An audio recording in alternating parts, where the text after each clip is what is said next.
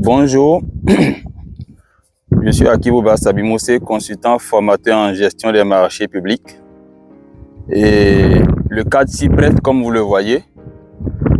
On va parler très rapidement d'un aspect très important.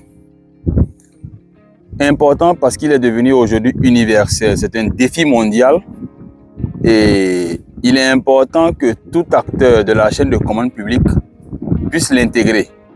Que vous soyez du côté des entreprises, du côté des acheteurs publics.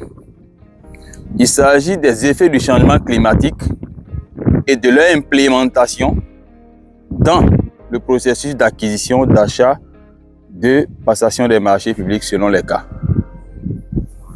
Aujourd'hui, vous remarquerez qu'avec le changement climatique et ses effets pervers, il y a beaucoup de données qui sont très importantes qu'il faut désormais composer avec.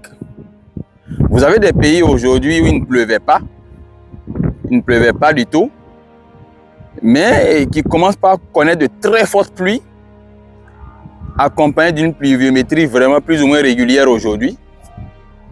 Vous avez vu récemment le cas au Mali avec des inondations. Vous avez vu les Émirats Arabes Unis l'année passée, un peu une partie du Qatar et de Oman qui a été aussi également touchée. Vous avez eu de fortes pluies. Et dans ces pays, vous savez, historiquement, il ne pleuvait pas dans ces pays. C'est peut-être une fois, deux fois l'an. Et aujourd'hui, ils sont obligés d'ailleurs d'intégrer cela dans leur processus de gestion publique. Pourquoi? Parce que pendant longtemps, vous prenez un pays comme les Émirats Arabes Unis, il n'y avait quasiment pas de canalisation.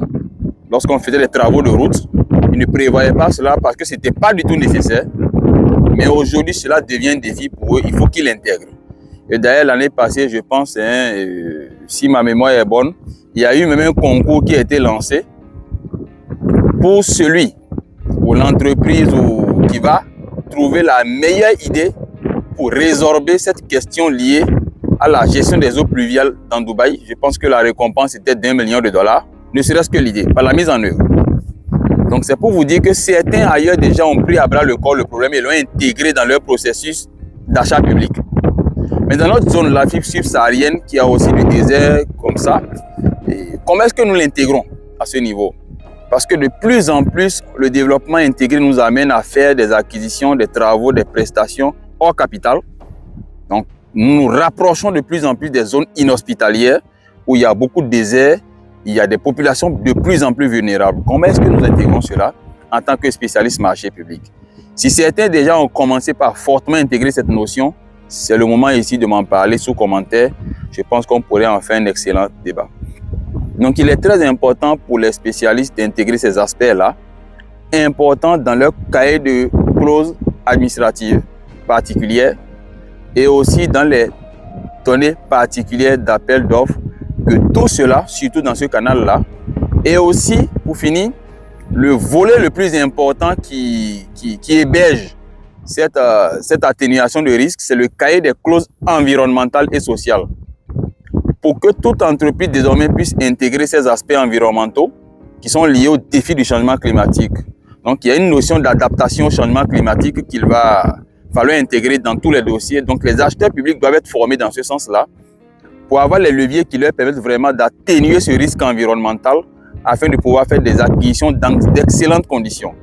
Les pluviométries, qu'elles soient régulières, irrégulières, que certaines données soient vraiment suffisamment intégrées dans les dossiers d'acquisition pour ne plus surprendre lors de l'exécution des travaux. Parce que les données sont complètement en train de changer dans nos pays. Complètement. Il va falloir que nous nous adaptons, que les spécialistes en marché public s'adaptent et que les pays s'adaptent à cette nouvelle réalité-là avec laquelle nous allons apparemment à très long terme composer. Que ce soit la température, que ce soit la pluviométrie, que ce soit les vitesses du vent. Donc tous les cas de force majeure que nous avons tendance à intégrer dans nos dossiers doivent être révisés pour intégrer tous ces nouveaux aspects. Merci beaucoup à vous.